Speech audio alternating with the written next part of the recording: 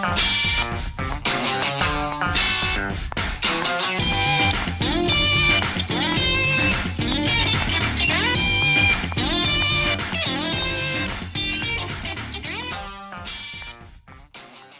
folks, you know you're in for a treat when you hear that tune because it's time for another week of the Rec Poker Podcast. I'm your host, Chris Jones, 5x5 in the home game and 5x5B5 on Twitter, filling in for Jim Reed, who's in Vegas right now and having a great time in those parts. Tonight, we're talking poker strategy as part of the Forums edition. And as always, I have to start by thanking our sponsors, the Running Aces Hotel, Racetrack, and Casino. Most of what we do at Rec Poker is free. We're a largely volunteer-based organization, so we depend on support from our sponsors and also from our premium members. Um, you can take part and become a premium member for just $15 a month, and that's less than 50 cents a day. You can come connect with Zoom to have fun, find encouraging poker players, all trying to get better together. Or you can sign up right now. In the month of December, you can sign up during our Naughty and Nice sale. You can get your first month of Rec Poker for only $1. Just enter the code NICE at checkout, and you will get that special price. Um, I'm hosting tonight, filling in for Jim, but it always takes multiple people to make the magic happen around here. We call those group of people who make that magic happen the Wrecking Crew. So I am joined here by one of my fellow favorite Wrecking Crew members. Rob, why don't you introduce yourself? I'm Rob Washam, and I'm Rabman50 just about everywhere you can find me. Awesome. Awesome. And tonight we are talking about a hand that Eric Anderson played in an online tournament. He submitted it on Discord. We have a hand history section there as well as the forums on our website. So if you're looking for feedback on one of those, on something that you played recently, come join us in the forums and share your experience. You get lots of great feedback on it, and you might get it aired on one of these episodes as well. So in this tournament, Eric is playing 80 big blinds deep, and he is on the button, and he has ace of clubs, jack of clubs, and he uncontroversially opens that hand before the small blind three bets him to 11 big blinds. I think he pretty uncontroversially elects to call. We're deep enough. We're suited. We've got an ace blocker.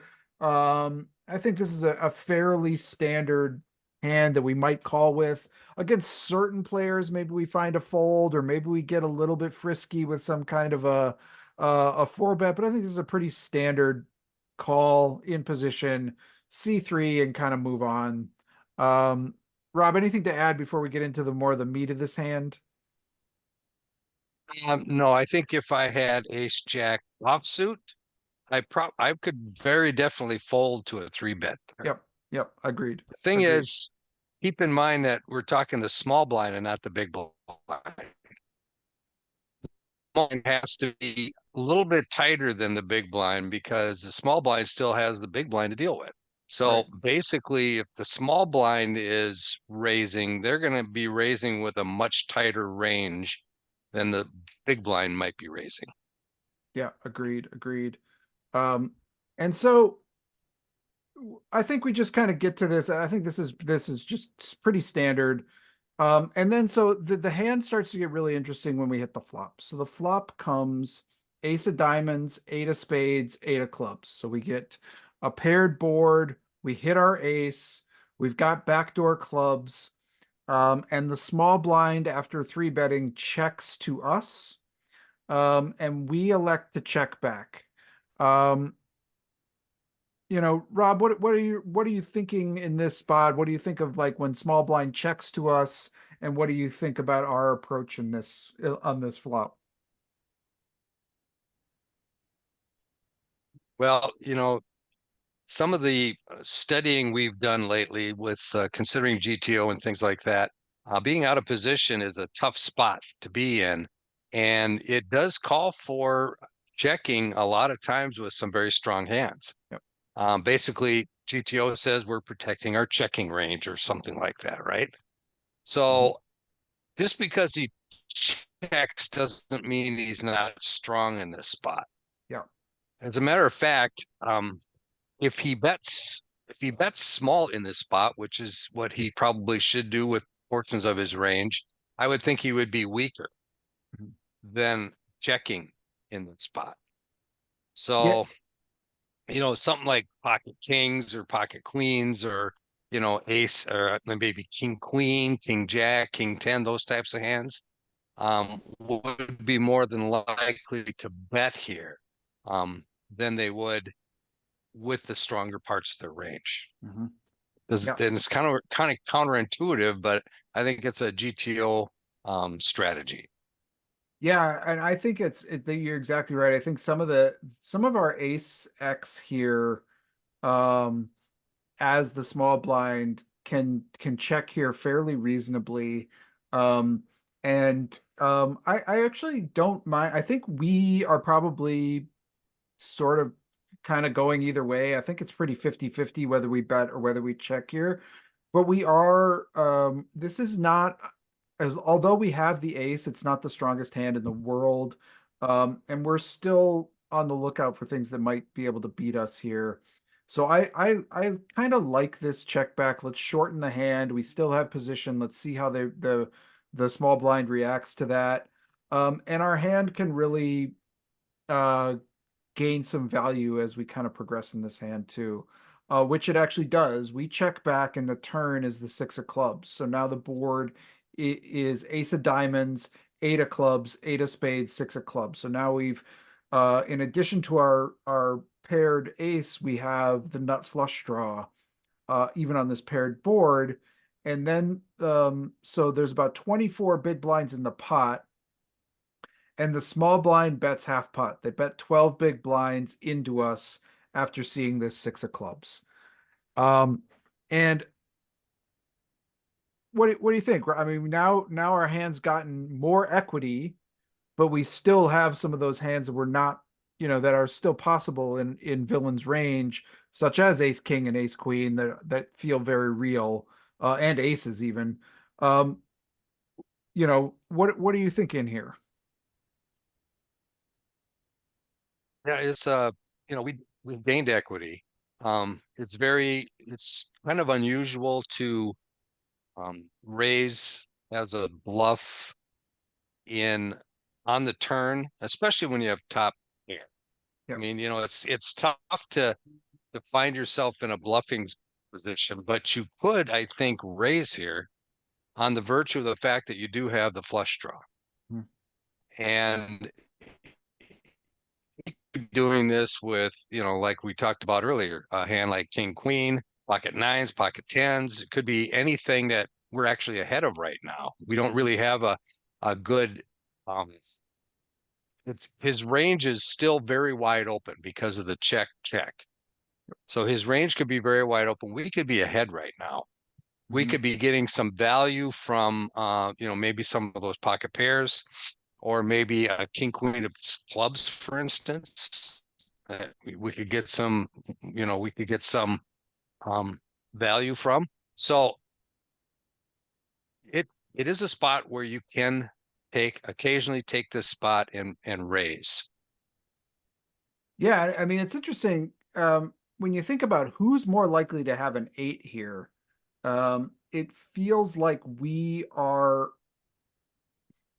it feels pretty equal. I think that depending how ambitious a three better the small blind is, they might be able to have hands like ace eight suited, nine eight suited, um, seven eight suited, a few others. Obviously, we both can have pocket eights, I think. There's only one combo of that. But beyond that, we are their range is would not love to see a raise. And the portion of it that has an eight in it is so small compared to the rest of what the villain is doing this with, that it isn't a terrible idea to consider a raise here. we could be exactly. I mean, the question is, can we get better to fold? And I that's tricky. It's probably going to be a multi-barrel approach and maybe kind of ill-advised.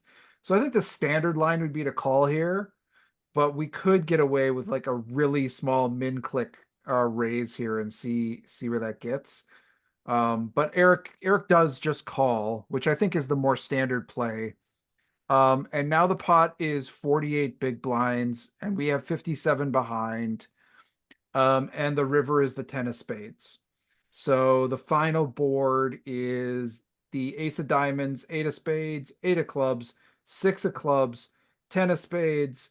And into this action, the small blind bets into a 48 big blind pot. They bet 24 big blinds, and it is on us. And this is where I think this hand gets maybe the most interesting. I think fairly standard until this point. Maybe there's a few things we could do differently here or there, but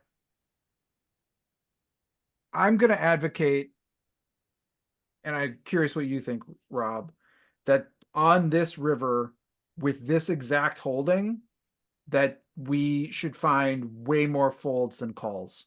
Um, that it's now really bad that we have these clubs, because when we're thinking about what are we hoping that our opponent flips over if we call here. I guess it's hands like king queen of clubs maybe or something like that. um but there's not a ton there versus they have a lot of value. There's just not that many bluffs here. And I feel like there would be way more bluffs that they could have if the ace and the jack of clubs were in play. Um, and that's why I would like a potentially a fold here. But what's your take? Well, we get to the river, we have to always ask ourselves, what are we beating? Yeah, So now what are we beating? We're beating absolutely ace nine, right? right, right. We're Yeah, if beating they we're had beating ace ace 10, they nine. just got there. If they had Exactly. ace king or ace queen all along, they were already had us. Correct. Um, So are they betting pocket kings, pocket queens? No, probably no, not. no. They're going to probably try to get to their showdown, get their showdown value there. There's no need for them to bet those types of hands because you're turning a good equity or a value hand into Yep, a bluff, which is doesn't make any sense at all. So you have to ask yourself, what are you beating? yep. And so And I think we beat no value. So the only thing we're beating are correct, bluffs. And then what right, are the bluffs? And there just aren't that many. right. The bluffs, we have the bluffs blocked. We're Right, blocking all the right, bluffs. right. Well, I think Um, you're also beating a few pocket pairs um, that he could be Yeah, holding and which, bluffing with. So well, but unless there's something like pocket sevens or pocket sixes or something like that. yeah, pocket fives, pocket nines. but is he Um, betting those? I don't think he's betting the thing is like I don't think he's betting the river with those, is he? well, he didn't bet the Right. flop.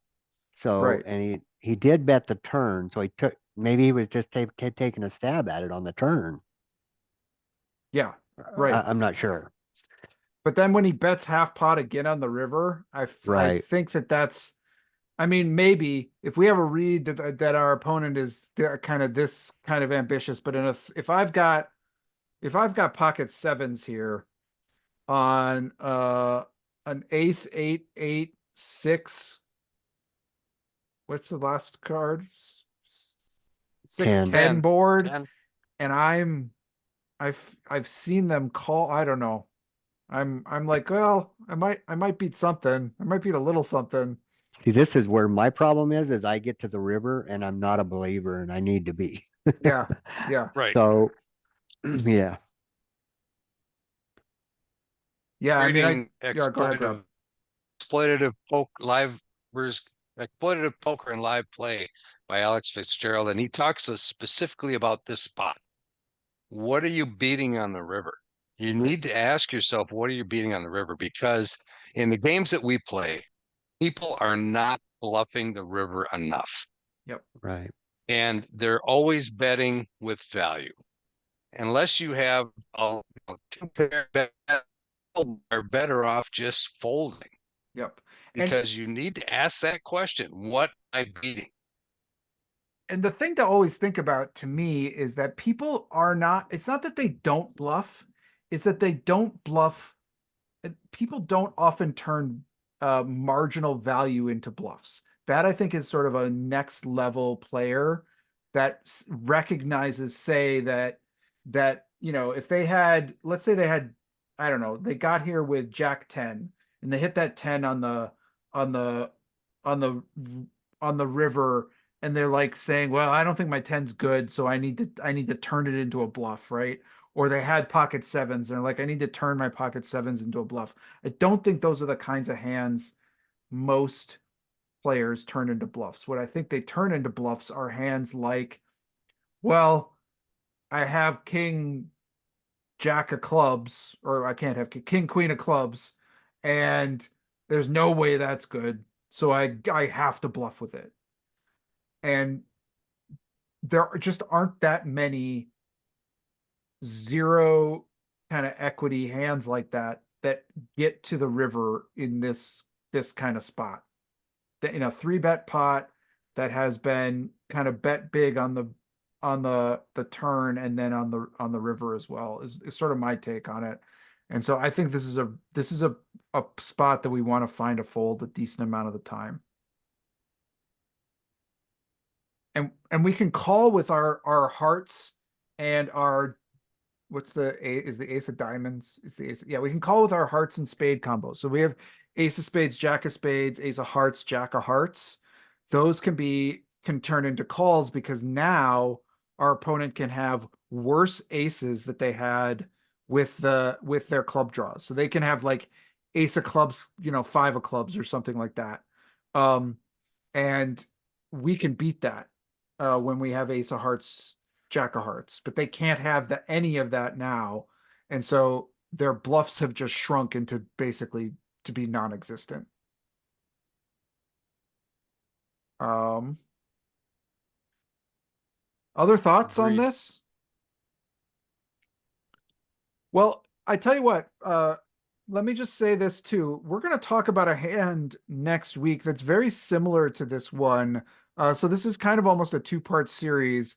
We're going to look at a hand that was played in the web series Inside the Mind of the Pro. That's very similar to the hand that Eric played in this situation. Eric did call, by the way.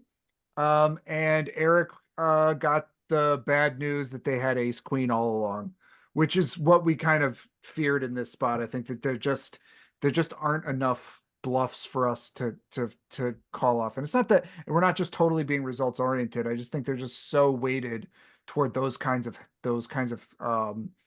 hands that we're finding that out a lot when we get to this spot.